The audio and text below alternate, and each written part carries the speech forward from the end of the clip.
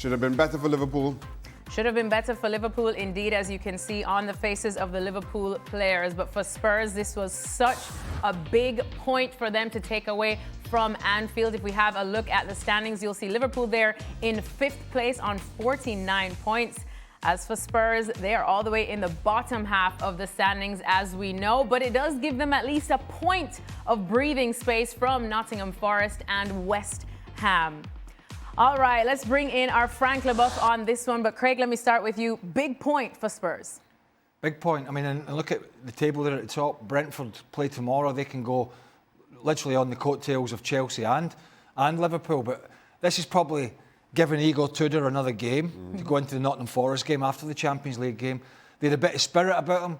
They had a bit of fight. They created some chances. They had a bit of structure. He went to a back four. So, you know, and we were talking to Stevie about it, saying, you know, surely Liverpool are going to dismantle Of course. Tottenham. So much so he took the day off. Well, Thankfully for all of us. Thankfully, he took the day off. well, I don't know if he saw the game because he was doing some stuff, and then he's going to some geriatric concert tonight where he's going to be the youngest one there. But that's true. Don't worry about it. But Liverpool, they're just not a very good side this year. Yeah. We saw them in the Community Shield. Frank and I were there. I think you did the studio. We saw them against Palace in the Community Shield. They lost. And we were like, there's work to be done here. There's work to be done with Kerke. There's work to be done with the back four. But we never felt, with all the players that they had signed and were still signing, you know, Alexander Isak, I don't think was there at the time. Ekitike looked sharp. We saw the first glimpse of Florian Wirtz. But we thought, it might take them half a dozen games to figure this out with all the new players. But we were all wrong. I was wrong. Still, to this point of the season, they are no better than they were that week before the Premier League season started. They still have the same issues. They still have the same sluggishness. They're still pedestrian. They're still defending poorly. All those facets of the game are still there. That's still haunting them. And that's why I think Galatasaray in midweek is huge. They're not a great side, particularly away from home. But Liverpool are not burying teams. Yeah. And Tottenham were there. They were so fragile, this Tottenham team. They haven't won in the league since before the start of the new year. Yeah. They lose to almost everybody. They've got a gazillion players out, including most of their big hitters. They're a bunch of youngsters on the bench, and yet this Liverpool team still sort of collapse against them. So well done to Tottenham. Big point, bearing in mind, Forest got a point. West Ham got a point.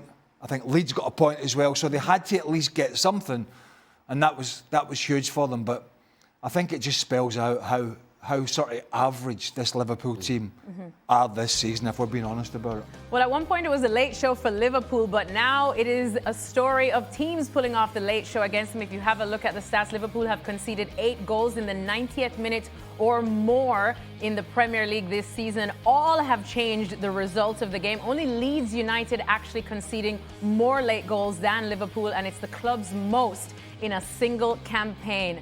Frank, as Craig said, this Spurs team looked so fragile. They really were there for the taking, especially with Liverpool at home. How did this happen? Well, it's only because Liverpool lost everything in the skills that they had last season. You know, they were maybe lucky, they were maybe fortunate at some point, but they were trying stuff. But the most that they have is some players that they had the maturity, they had the experience, and it's like they lost it. I mean, the last 15 minutes, as Craig alluded, the game got crazy. Where you win, you are leading 1-0.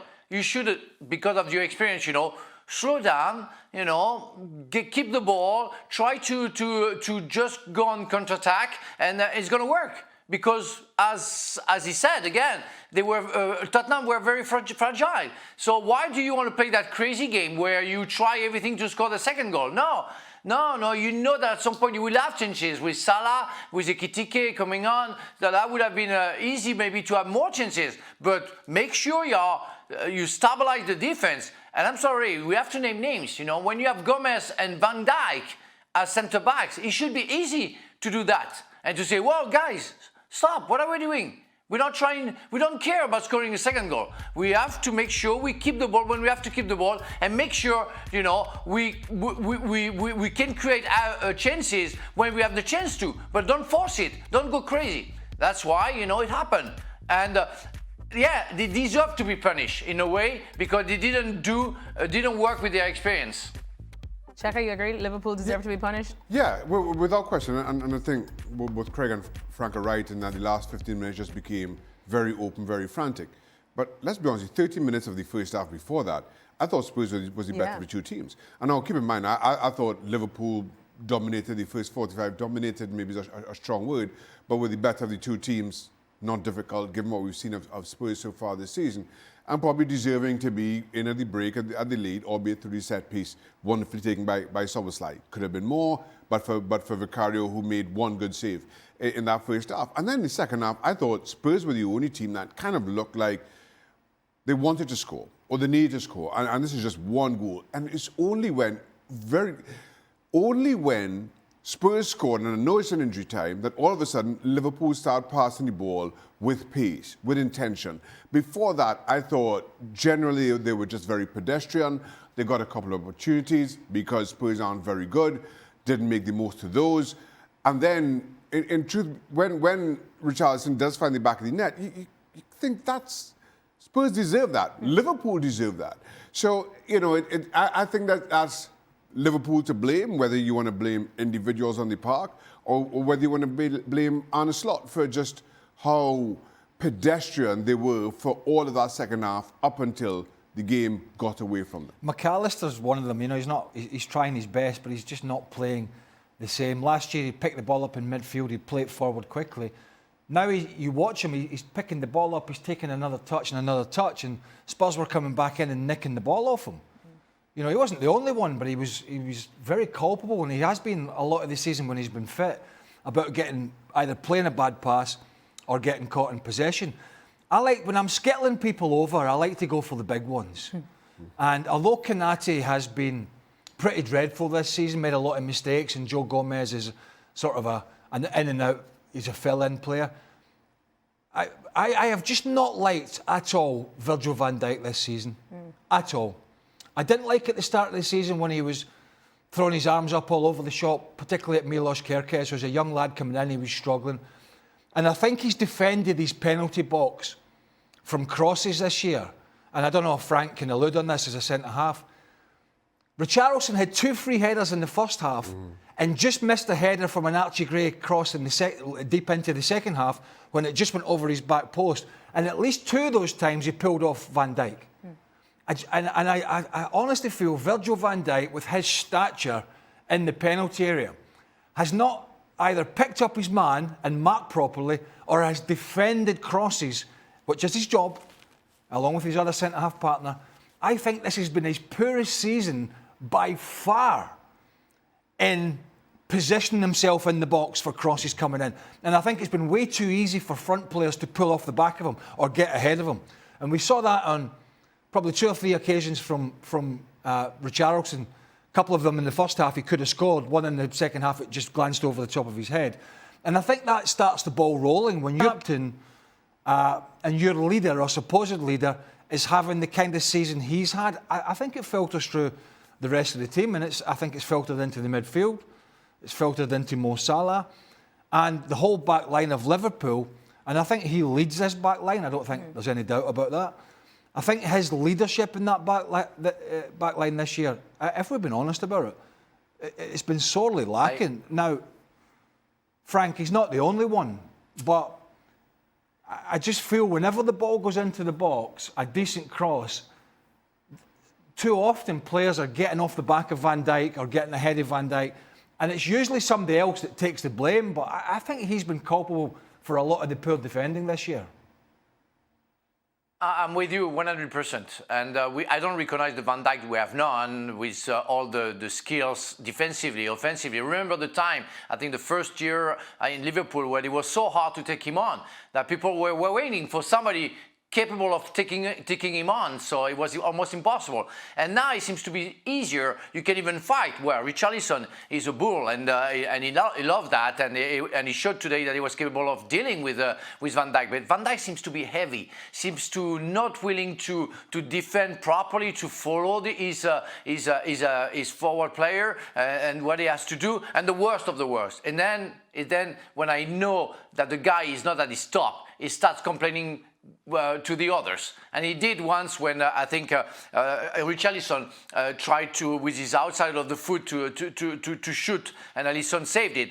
But I saw him lifting his arms and complaining, where it was absolutely his fault. His fault, and that says a lot about the mindset of the player. You're not capable of dealing, so you're complaining to the others, and that's bad, very bad. Talking about McAllister, I really think that there is not a free kick. I mean, I don't know if we're going to talk about it, because we're going to talk about somebody else, in Bundesliga after maybe. But I really think that McAllister hits the players and creates the foul. So therefore, for me, there is no fouls from the defender, from the opponent.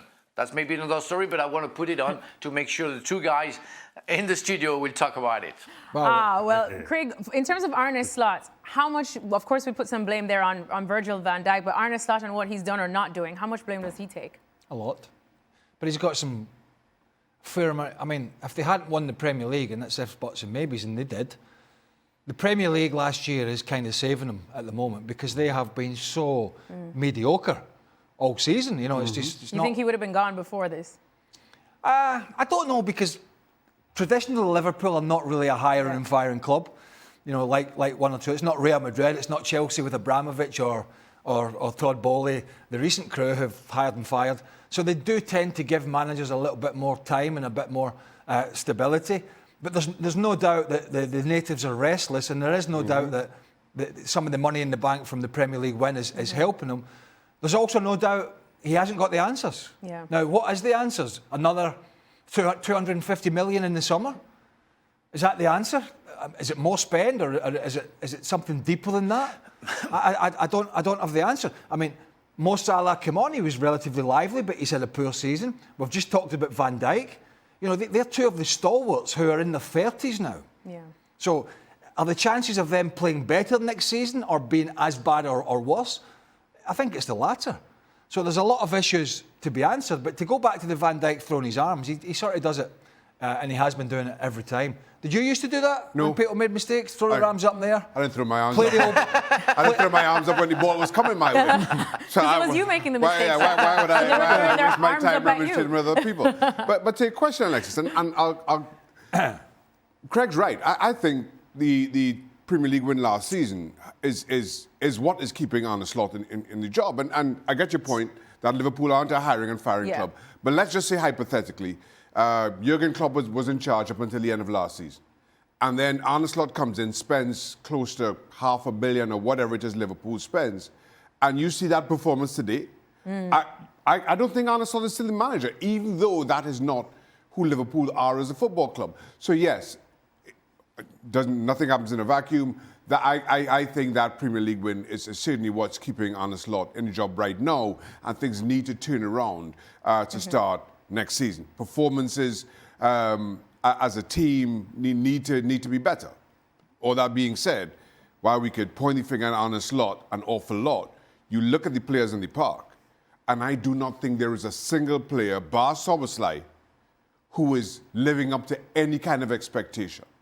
Not the old players from last season who won the title, not any of the new signings.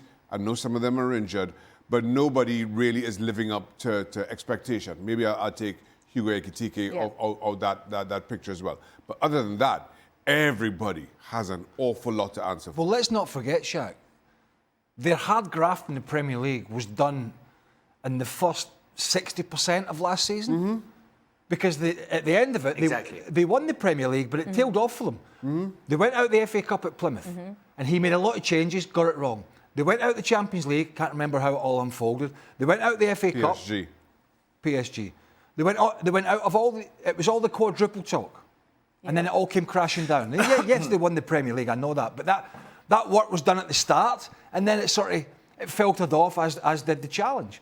So it's been not bad, but it's been kind of rotting a little bit since before the end of last season. Now, they felt that the summer transfer window that they had would revitalise and rejuvenate the squad, and it has not.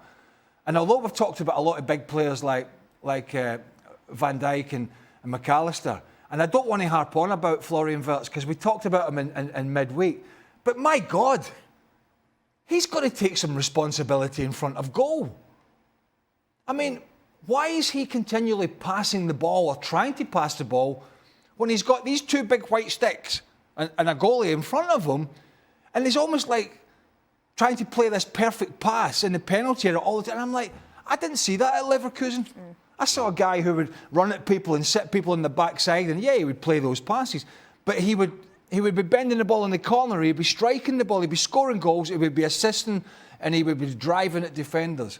Jim Beglin, who was on the commentary today, on a couple of occasions said, this guy's got to take more responsibility and start striking at goal. And about 5 minutes later, he's passed the ball inside the 6-yard box. So it's a real head-scratcher at Liverpool. Why they're so lacking in confidence and lacking in belief. But if they don't, the Champions League's going to be gone for them. I mean, Chelsea are no great shakes, and we're going to get to them. Go on, Frank. I really think that Jurgen Arne Slot is the luckiest guy in the world.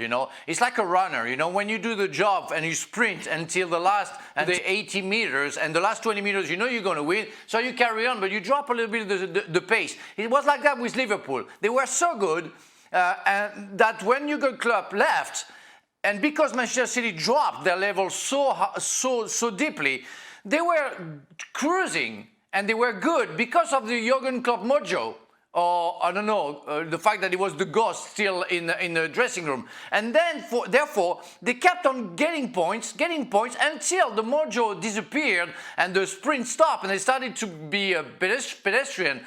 And then we saw at the end of the season the real Liverpool under Arne Slot. And we didn't see any improvement since, even with the recruitment, it didn't work. So therefore, Arne Slot, that's not the kind of guy I would say will stay long if he carries on like that, because he was lucky to have the Jurgen Klopp mojo keeping on, but he didn't show anything for me. Frank, we're going to say sorry that we're not going to talk about Alexis McAllister or the point you wanted to. Our producer Pete said no chance, not today. We're going to pivot now and talk about Spurs. That was the waste. That was the waste of whatever it takes. I didn't know. I thought he was. I didn't know he was Argentine. I thought he was Dutch, but whatever. Yes, he is Dutch. But let's talk about Spurs then now, because of course it's a big point for Spurs. Shaka Igor Tudor after the game says he hopes that this is a turning point for them, whether he's here or not. Did you see enough to suggest that? Well, the second half performance, I thought, from Spurs was, I'll say, better. I'm not going to push it all the way to good just yet, because I think Liverpool played their part in that. But better by Spurs standards, which, let's be honest, has been really poor. But they gave Liverpool enough to worry about. They threatened enough that suggests that maybe they can put something together. Now, going to Anfield, regardless of how good or, more to the point, how poor Liverpool is never an easy task. Spurs go there and, in my opinion, get the deserved point. Now, when you're down the bottom there, that point makes a big difference. It maybe gives you something that you can build on. Now, again, I'm talking very, very small margins here. Right now, you look at Spurs' next 6 games. 4 of those teams are on the bottom half of the table, and I'm including Sunderland in there. The other 3 are in that relegation dogfight. Now, those are must-win games. Those are the cliched 6-pointers, especially against the Wolves, Leeds, and Nottingham Forest to come. You take this performance, you take heart from this performance, and you take that into those next 6 games, and that ultimately can save, if not define your season. So I understand why Igor Tudor is upbeat about it. Not a great Spurs performance, but one that maybe they needed right now, given what's to come in the next 6 games. But it's unlikely they've got this Champions League game in midweek. No, I know. But what do you do? Does he completely write it off because he's already got a batch of injuries, and he had 2 players out with the concussion protocol from that Athletic game, Paulinho and Romero? And it's very unlikely, and I say it's very unlikely, extremely unlikely they're going to close a 3-goal gap. But what happens if they get wasted? What happens if Atletico Madrid turn up and beat them by 4 or 5? Is he then, because they're back to square one with the chin on the floor, going into the Nottingham Forest game, does he then go into the Nottingham Forest game even though he's got a decent point at Liverpool? So this is a tricky fixture for him in midweek because, they're not going to go through, but they want to build on something because, as Xhaka said, that was better. It was a bit of fight, a bit of spirit, and they caused some problems to Liverpool. They had a bit of pace and a bit of strength and physicality about the team. And this game in midweek, I think it's big for them to set up the Forest game, just to give them something else to go into it. Whereas if Atleti wipe the floor with them, the Tottenham board have got a decision to make again. Was the Liverpool game a one-off?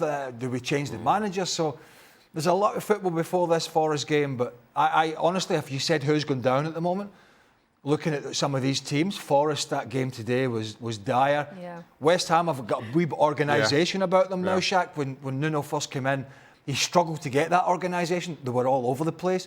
They have a little bit of that now. They look more likely to lose less goals. They looked as if they were going to, West Ham that is, lose 3 or 4 every game. Now they look as if they're a bit more solid, but the 3 teams down there, you wouldn't put your salary on any of them bailing you out, would you? But, all in all, for Spurs, good point. Probably saves Tudor for now, but he's on a game-by-game basis. There's no doubt about that. Frank, what did you make of Spurs? And to Craig's point, based on what we saw from them today under Tudor, do you think they should stick with him at least beyond this game? Well, yes, because of the draw, and only because of the draw. Because if we check the first half of the game, they look so fragile, which is maybe understandable after what they've been through against Atletico Madrid. But that was very poor. They were very well unorganized, and we couldn't find anything special. The only one, and I'm not really a big fan of him because I think he can be clumsy, and maybe because if I was a central center back, I would have been sent off every time I play against him because he's a bull. He never stopped.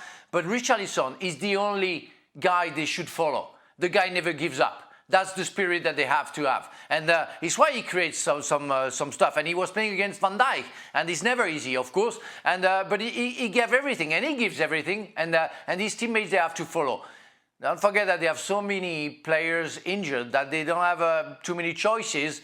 But because of the draw today, and because of the spirit, as Xhaka alluded in the second half, where I think they were as good, if we can say, as Liverpool. Tudor deserves to stay. They should use that to get the confidence back. Forget about the Atletico second leg game and be ready for the fight. But most players, they're not ready for relegation fights. They don't know that. They're not ready. So that's my concern. I thought Danzer did a really good job today as well at the back. And let's not forget, we're talking about all these players coming back. Potentially at some point, Van de Ven, Romero, there's a whole host of them. Those two in particular, as the more experienced players, they have been part of the problem. It's all very well saying, oh, these players are coming back in, that's going to be better.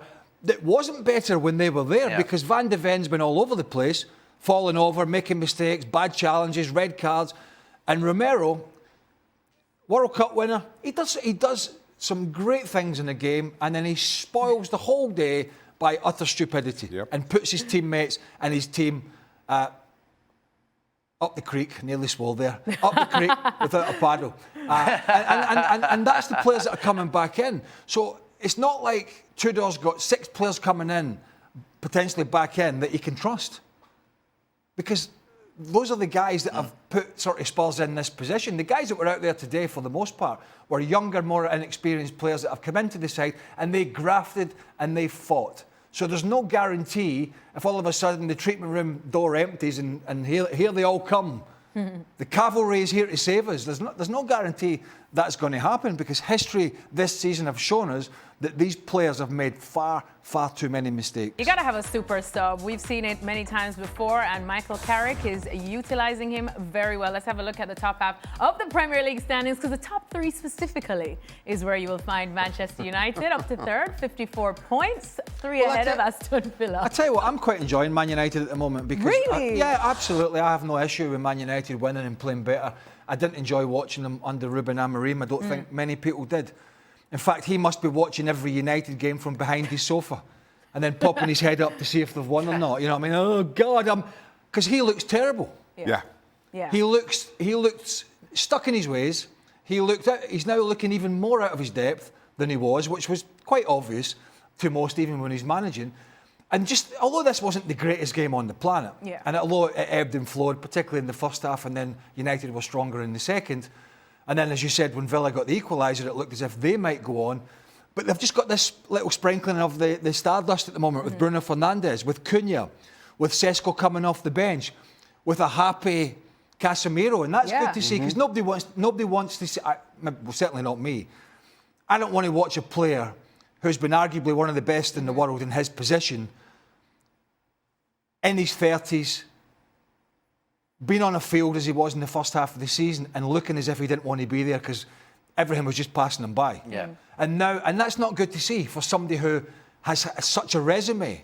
And it almost hurts to watch that. And it's so good to know that he's leaving at the end of the season, and that's his decision, but he's leaving as a guy who's now contributing because he's got players around him like Kobe Mino and others that are on the front foot. And he's not getting left stranded, and he's not looking like he's a player in his mid-30s who needs to pack it in. And he's talking about the badge and what it means to, and I'm not a big believer in, you know, kissing the badge and all that, but you know that Casemiro, and this kind of this is kind of the epitome where they are, that he's doing his damnedest to make sure that he goes out on high and United have the best finish of the season they can, and they're doing that. And at the moment, Michael Carrick, and I'm sure they're looking at all these other managers, Shaq, but at the moment, he's in the box seat when he goes to the boardroom meeting to say, why should you get the job? And he'll say, that's what I'm doing on the field. Now, will he get it at the end of the season?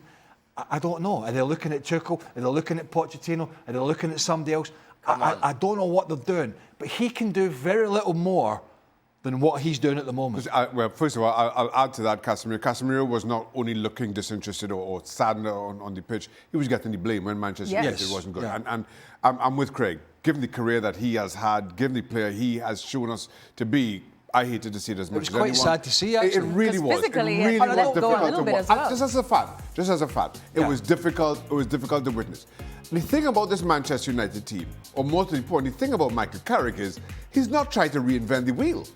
He's just put players back in their usual positions, been good at man management, and sent them out, and he's been able to turn things around as quickly as he has. And it kind of speaks to the talent, maybe it speaks to management at the highest level, that it's about getting the right players, it's about managing those players as best you can, and Michael Carrick has done that.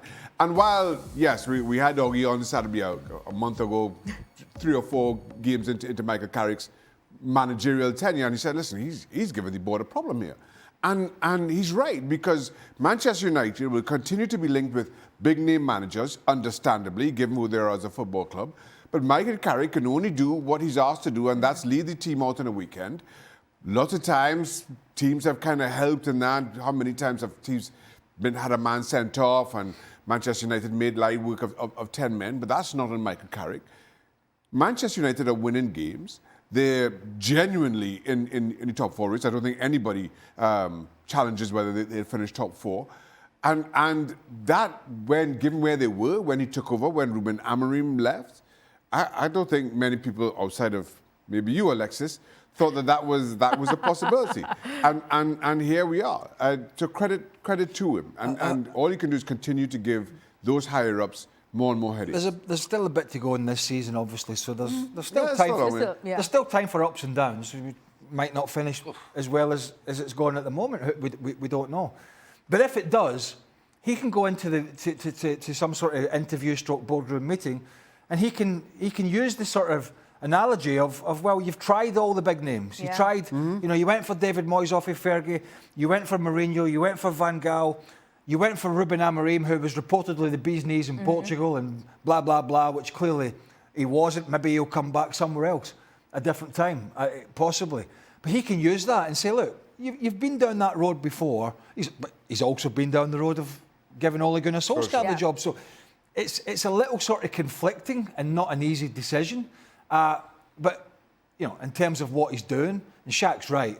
In some sense, you know, the simplicity of it goes back to what a lot of the older managers did. We see Guardiola and some of these managers now, you know, they're all inverting this player and inverting that player. In some sense, the 25 years of success and building under Fergie was built on simplicity. They tried to sign the best players. They played a simple four at the back. You know, they had grafters in midfield. They had guys up front that could score goals.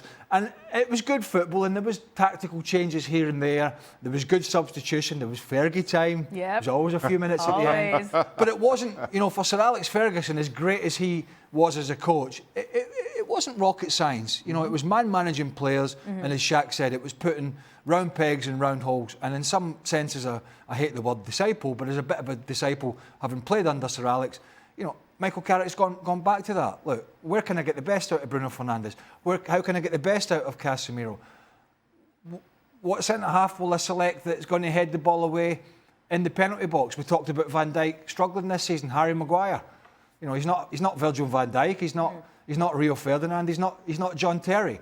But he goes and gets that big head on the ball when it comes in the box. And that's kind of simplicity and leadership. And United are doing that pretty well at the moment. I say Villa have kind of lost their way a little bit, but still, that was a big win for them. Frank, you enjoying watching Michael Carrick's Manchester United as well? I did. I do, because I know it goes back to what I've known about Manchester United. So a club wants to conquer everything, and they go forward and they go vertically, and they put the players, and Michael put the players in the right position. Bruno Fernandes is the first example. You know, being a real number 10, giving assists, and Casemiro, he looks 10 years younger than he used to look since he signed for Manchester United. So there is a reason why it works, because Michael Carrick is using all the tools in the right spot, and the spirit is there. He knows the house, but he knows how to put it on. And I didn't see anybody not doing the job right now. Where remember what we have seen before he arrived, and Ruben Amorim should be stunned by what he sees, because really it's completely the opposite with what we have seen for a long time with Manchester United. And really, right now, if there is one decision to make, you have to keep him. You know, you have to carry on, if I may say, because really, the guy is exceptional. You like it. I know you liked it, Shaka. The thing is, the guy. How do you want to take somebody else when you see that? I mean, and there are no many games left, and I don't see him not doing that until the end. So therefore, if I'm at the board and say, wow, well, what do you want to look for somebody else? You know, the guy understood everything, how to make it work, and it works. Manchester United is third. You know, who expected that? Even Alexis Nunes couldn't expect that. She's so happy, and they're there. They do the job. So carry on. I've always said, I don't know how much the guys agree. I've always, and I still believe it to this day, even in the modern game, managing to me is somewhere in the Don Hutchinson region of percentages. Oh. Managing in the region for me is somewhere in the region of 70-80% man management and 10, 20, 30% coaching. Maybe not even that. Maybe not even 30% coaching. It's about the simplicity of the game and understanding players. If you can't manage your players, and you've got 20 guys coming in who are pretty annoyed with you and annoyed about what you're doing and annoyed about what you're saying, they're not going to play well. When you have Ruben Amorim coming out with the garbage, like, I don't know if I'm a head coach, I don't know if I'm a manager, I haven't got this player for my system, I haven't got that player for my system, I'd need this, I need that, I need the next thing. That's not in any way, shape or form going to get your squad, not your team, your squad to perform the best for you. And so that side of it will never change. And the best in the business have always been, great man managers. And in some sense, Guardiola, of course, is a great coach, but I also think down the years he's been a good man manager. You look at Ferguson, you look at Wenger, you look at Mourinho and his pomp, you look at Carlo Ancelotti. They don't, certainly Ancelotti and others, they don't coach the backside off of players. Yeah. They don't. They do not. But they make sure they work damn hard at the ones that are not in the team, that they're as happy as they can be. Because I might need that guy. You know, the guys that are playing are generally quite happy, but what about the other 9 or 10 or 11 or 12? How do you make sure they're almost happy as the rest of them, but they're not playing? How do you make them feel like that? Because I know I'm going to need them. And the best guys, and I kind of sense that at the moment, and I don't want to get ahead of ourselves, I think Carrick's doing a decent job of that at the moment, but the guy that was there before him did a terrible job of it. He called out everybody. And maybe sometimes, you know, some of them were slacking behind the scenes, but he called out all these players he called out the players that weren't playing, and he called out the players that were playing. And he moaned and groaned about everything. And then he wondered why Manchester United were struggling, and people were asking him if he was going to be sacked almost on a weekly basis, because he just came in and he got it all wrong. You spoke about it earlier. I think the turnaround of Benjamin Sesko epitomizes what Michael Carrick has brought to this team. We could talk about the results and everything, but to sum it up in a player, I think Benjamin Sesko and the tune he's getting out of him kind of sums up Michael Carrick as a man manager and his ability. So he's doing that with Sesko. You could do that with everybody else in the starting 11. These are the results. I mean, you worked under, you know, Frank, I'm sure as well. We've all worked under a lot of big managers. But I worked for 2 or 3 years under Jim Smith, who's not with us anymore, who was well renowned in the game as a character. And Xhaka worked for a big period under Harry Redknapp. 2 guys that were huge on man managing and what that meant to teams. And I don't think, you know, when people nowadays want to, most of them are into all this nerdy stuff, and that's fine. You know, you want to go on all your data-driven stuff and your stats, and most of them think that the ball is square and the game is reinvented. It's not. It's not. And I'm not just talking about Man United. I'm talking about a lot of teams here. That the pitch has not changed size. The ball is still round. It's still 11v11. And if you don't have the man management skills with elite level players, you're going to fail.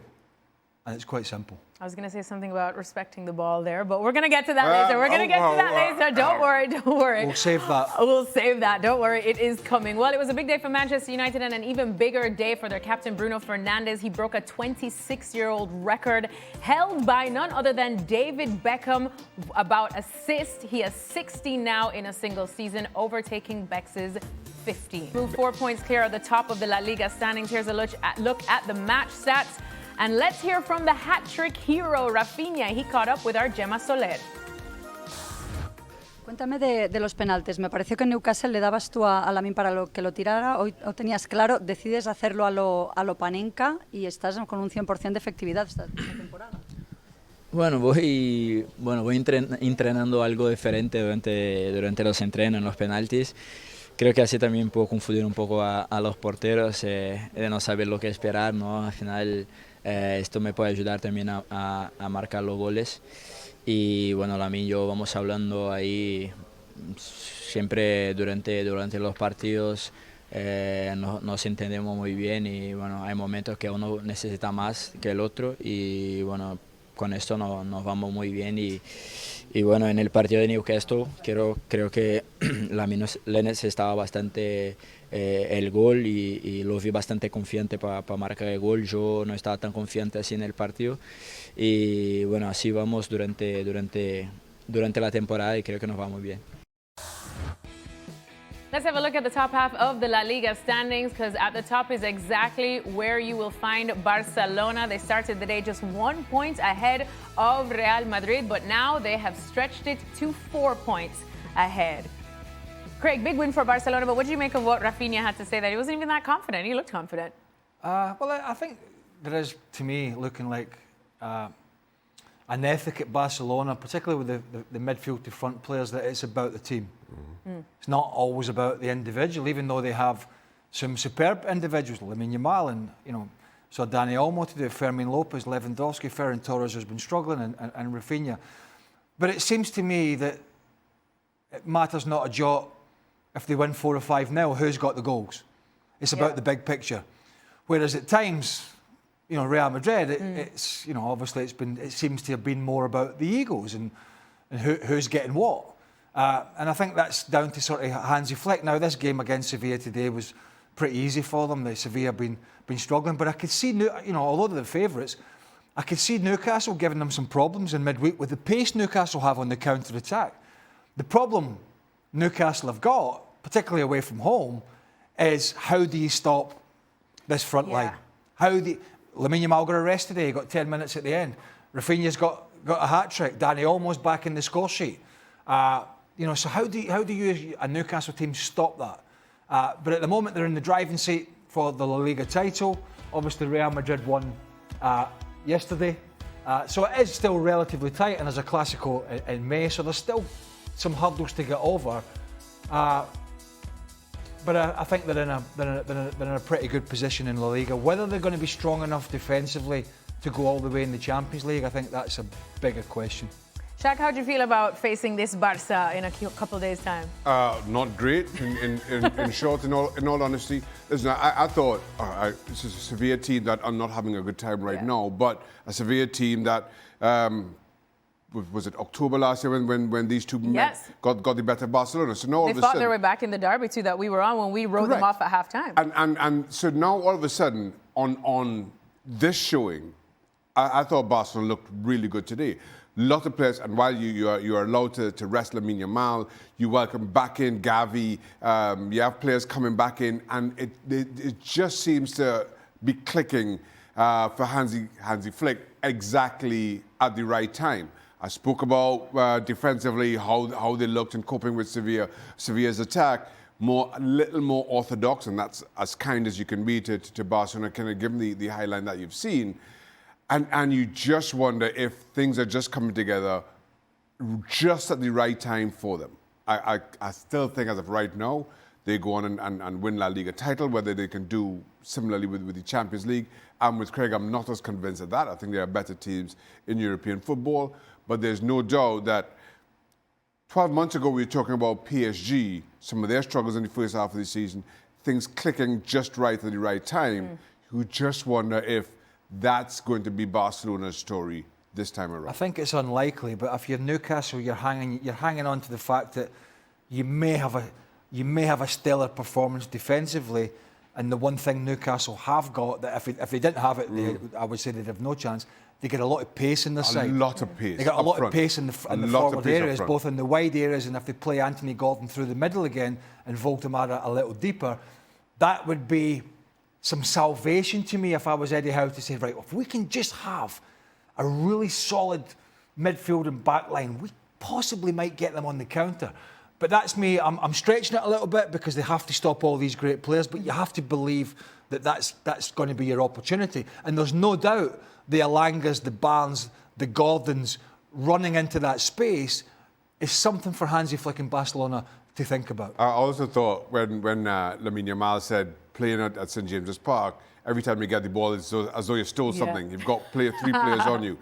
And I think that just kind of set up exactly how Newcastle are going to approach the second leg. You know this is going to be a high tempo, close the space down as quickly as you can, like you stole something. That's the energy that Newcastle are going to bring here second time around, because it had an effect. Bar the late penalty, I thought Newcastle were deserving of at least that one goal advantage. Well, if Newcastle somehow managed to get a win at the Camp Nou, they would have done something that nobody else has been able to do there this season. Barcelona have played 10 games there since the newly renovated doors opened, and they have won all 10. Plus, they average about 3 goals per game in that. All right, now let's talk about the Chelsea men, because they lost to Newcastle, but all everyone was talking about is this. Huddlegate is what they're calling it, as referee Paul Tierney was caught in the middle of a pre-match Chelsea player huddle. Right, let's hear from Liam Rosenior on this incident. I'm disappointed. There's more focus and emphasis on the things that don't matter. I'm going to make it really clear. I want to protect my players. I'm respectful to the game. My players made a decision that they wanted to be around the ball, to respect the ball, and and show unity and leadership. That is not my decision. That was a decision between a leadership group and a team. There is nothing that they're doing with that huddle that is disrespectful to the opposition. And do you know what's amazing? Before the game, it wasn't me. We had a meeting with the referee.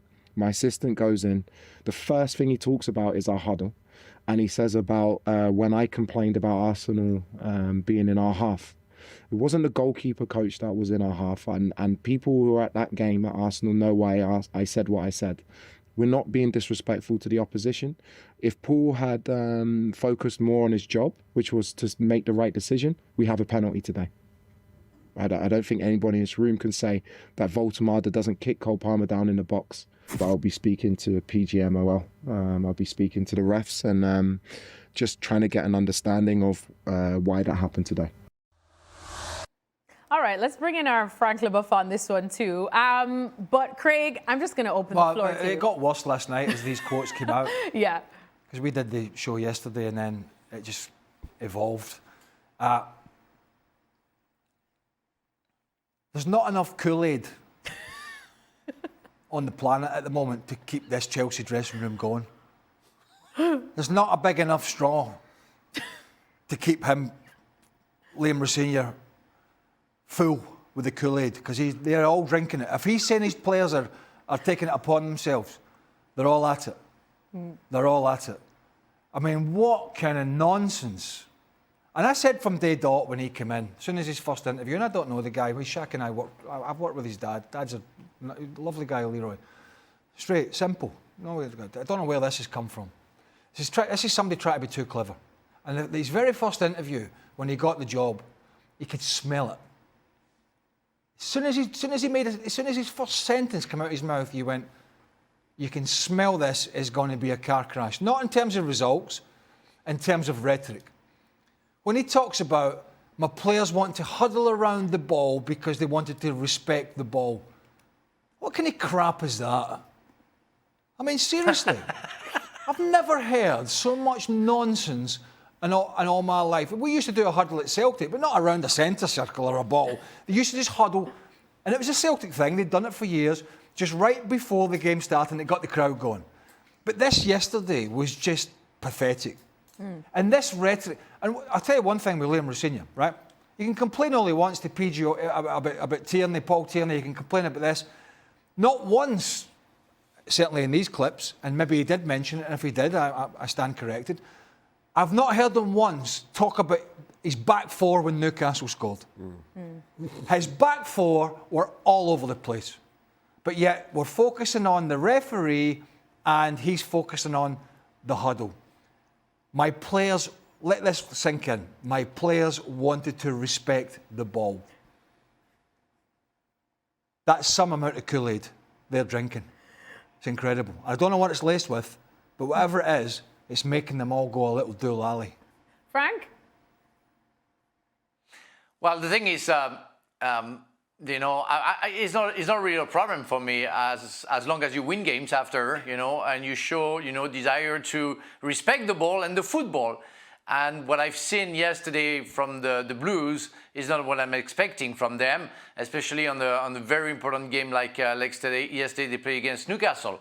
And so therefore you see that everybody talks about the huddle, and yeah, it looks stupid. And the comment from Liam Rosenior is not being accepted because of what we have seen on the field. I don't care about what they do. They can do whatever they wanted, hug the coach, the referee, the ball, do something, but whatever they want to do. As long as for 90 minutes, we see Warriors, we see something. We didn't see much yesterday. That was kind of the worst game that I've seen from Chelsea since, for a long time. And it's why we can be a little bit upset.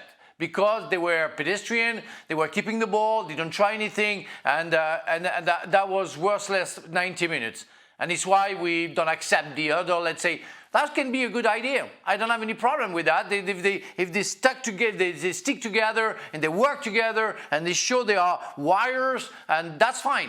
But we see the huddle, and after we see nothing. So it looks a little bit ridiculous. PSG took 5 off them, and he talked about the XG. Off the back. Anyway, we have an update on the goal because the producer just sent me a quote. He did say it was a tactical issue, but he said it's a tactical issue because they have a different way of pressing, a new way of pressing. Yeah, but Craig, there's nobody else on the planet presses like this. It's just a new way. Nobody's ever thought about it. Nobody.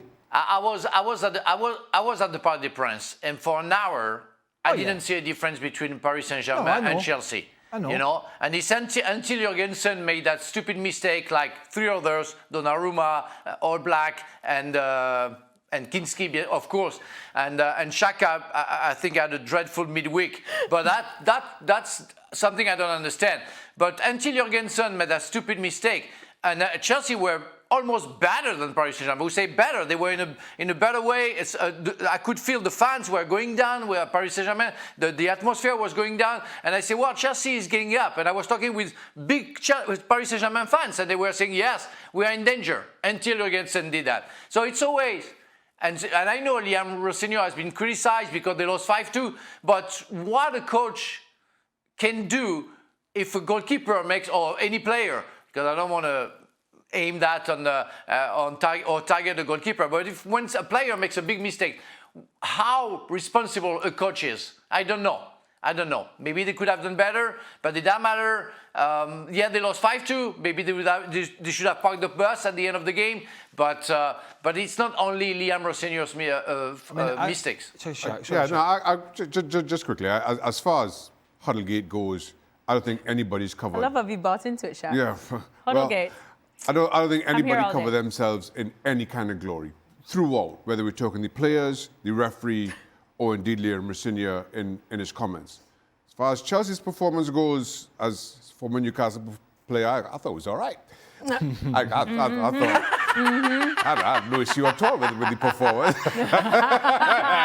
He'll take that all day, every day. Well, that's what happens when you press in new ways that no. Yeah.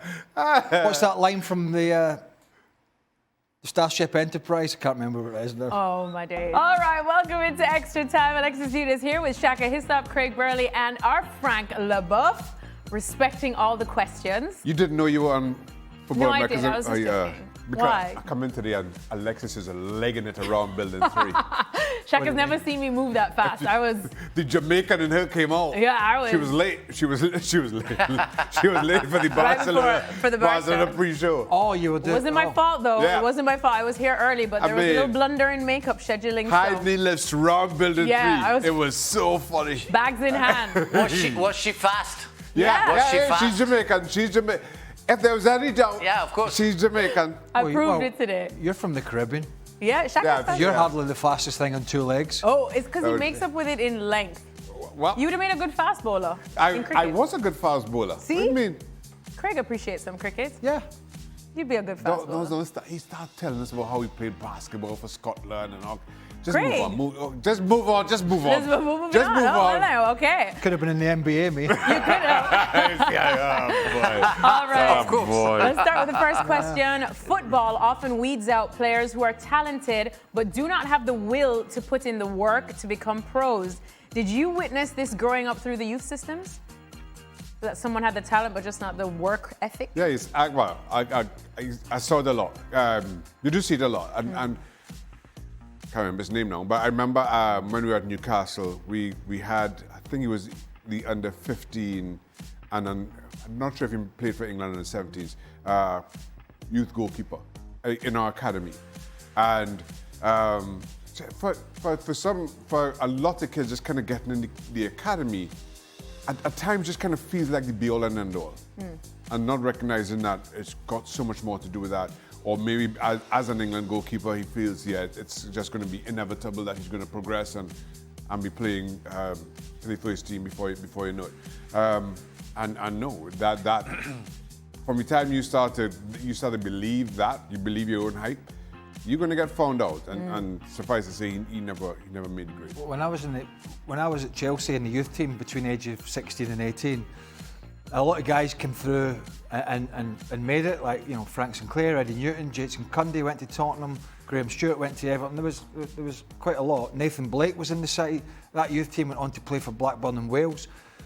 I won't mention that, but there was a few lads who had an opportunity like they would have at other clubs, and I'm sure it was the same.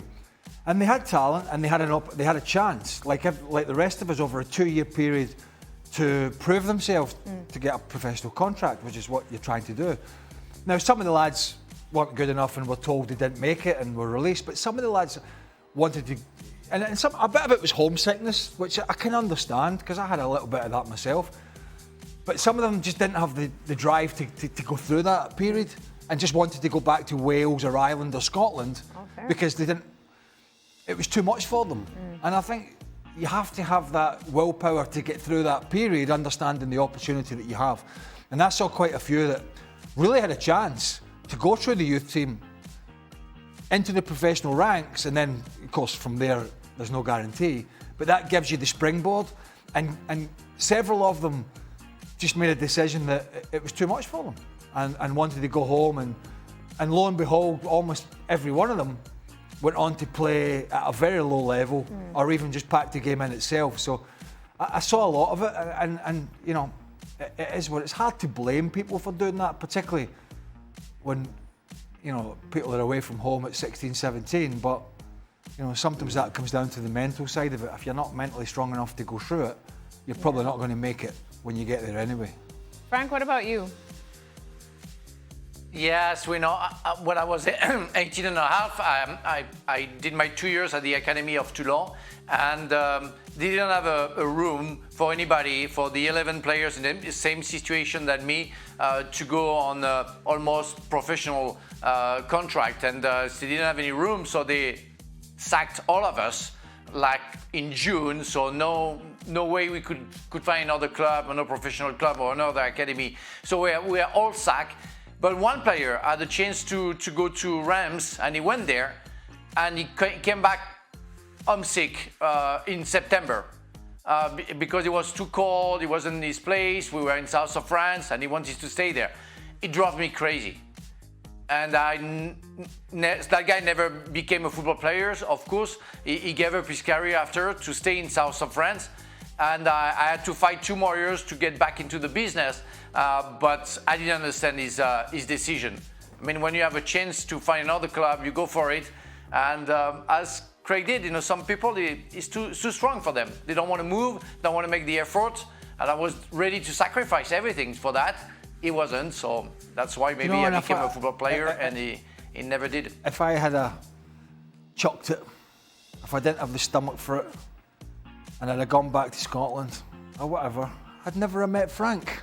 You never would have met Frank, or any of us. Life would have been good. All right. He'd be in the NBA. He'd be in the NBA. Not sure. Craig would be in the NBA, already living here. Don't listen to him. Don't listen to the ridicule. Right, just don't.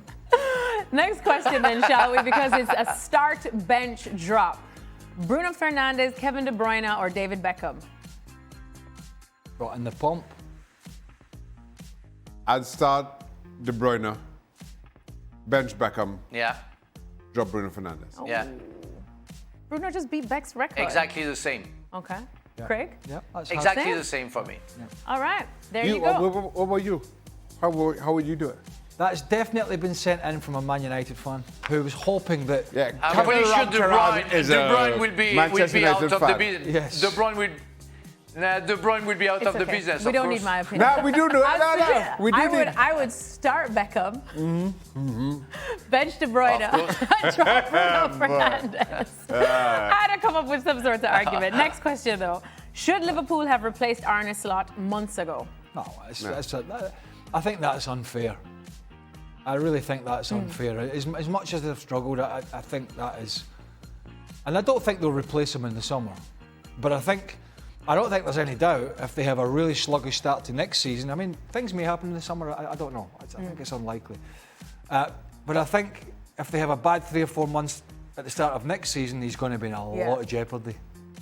Particularly if they spend in the summer, which they may. Frank? Well, it would have been harsh, I would say, but understandable because of what we have seen the last months of the year before, even if they won the title. So you could have smelled it and say, well, you know, what's going wrong? You know, they're not getting better and better. And you see the beginning of the season. So you could have done it, but everybody would have said, wow, what a fast decision and a harsh decision. So it's better to wait until it goes very bad like that. Nobody's going to complain about it. All right, next question. There may be a clamber for Xabi Alonso, you know, with all the with all the sort of links to the club and the fact he's out of work and you know his relationship with Florian Wirtz and one or two other things. So there could be that in the summer, but I don't know. Next question is for Shaq. Shaka, goalkeepers question. Bayern's 3 first-team goalkeepers are out injured, and even their under-19 goalkeeper is injured as well. So Bayern will likely play their 5th-choice keeper, who is 16 years old, against Atalanta. Have you ever experienced anything like this? Not that bad an injury list. No. And you're having to play a 16-year-old in the Champions League. What if Vincent Kompany called you and said, I know you're Just born. I'm trying to get the right words here. I know you're not really on my radar. A little sluggish these days. Maybe harbouring a bit of arthritis. Oh, you sleep a lot? Sleeps a lot, goes on holiday a lot. Oh, yeah. But would you come back, you know, I have a question. get the gloves on? Yeah. Frank's question now. Let's just take all these questions in one. Yeah. I have a better question because we know that's a stupid comment from Craig, but whatever. Look at him. He's a fine specimen. Forget it. No, my question, do you think Bayern, Vincent Kompany will ask his defender to play from the back with a 16-year-old defender playing for the first time in Champions League? No, I hope not. Mind you, they are 6-1 up. I was going to say, they have a cushion. I hope they don't play from the back when I'm in goal. So you're considering it? Yeah. Oh, as long as it doesn't clash with any of my time off requests. Oh, I was going to say any of your shows, but of course. Shaka has a couple. There's a few of them in, by the way. He's got a couple more holidays coming up. Carry on. Ask the next question. Next question. Once again, Liverpool struggles with a late goal curse under Arne Slot, resulting in their highest ever single campaign record for such late game losses. Should they create a special coach for stoppage time goal prevention? There's coaches for everything these days. Oh, boy. Craig? No. They need anti-Fergie time. They need that's true. Frankie? They have to shorten the game, maybe. They need to have to change the rules. Is that not what Szoboszlai said today? Szoboszlai said they need to wake up. Need to wake up. Might have been, Yeah. they've been like that all year, though, haven't they? Final question now. So according to yesterday's panel, the referee got it right on the field, but got it wrong after the game when he said he shouldn't have sent off Luis Diaz. I'm still convinced, and I've watched it again, and I'm not going to watch it again. I've watched it enough. It was a dive. I'm still convinced that Luis Diaz he's thrown himself over, and then he pokes his right leg out to the goalkeeper.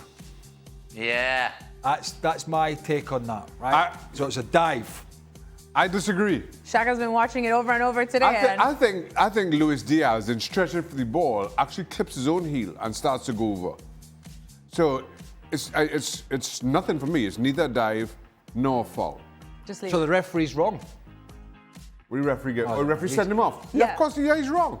It was nothing. No, It the was a referee goal was kick. wrong to come out and say, Yeah. well, Oh, he fell because of the wind? He fell because of the wind? He clipped his own. He was stretching and then clipped his own heel. So he went over. So it wasn't a dive. Come on. He clipped his own heel. Shaka, I didn't know you were so naive, you know. You don't know forward players, you know, the cheaters. So, I'll have you know, Frank, I was a pretty mean striker back in my day. I know. Yes. No, I know, but I don't know why you're going that way, because we all know, and Craig explained it very well. He goes for the foul. He knows he won't get the foul if he doesn't touch the goalkeeper. So he goes and his leg goes right and touches like McAllister today Frank. when he got the free kick. Craig won't watch it. No. So I ain't watched it 20 talking to Craig. times. No. Watch it again. He's in stretching, and then as he's coming back up, clips his own heel, and that is what sends him down. I stand by that. I rest my case, Your Honour. Okay, Did you look at we me have when to you said agree that? to disagree. All right, we'll all agree to disagree. Time for another holiday. You're not wrong. Don't worry, You're not he's got wrong. one You're not booked in. wrong about that. He's got one booked in, indeed. All right, ESPN FC will be back tomorrow. We are available 7 days a week. Stevie Nicol will be back from his geriatric concert in time to weigh in on that Liverpool result. Bringing all his friends.